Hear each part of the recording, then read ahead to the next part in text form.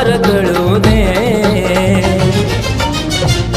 मी आजाद केलेल्या पाखराला लय सुख मिळू दे। मी आजाद केलेल्या पाखराला लय सुख मिळू दे।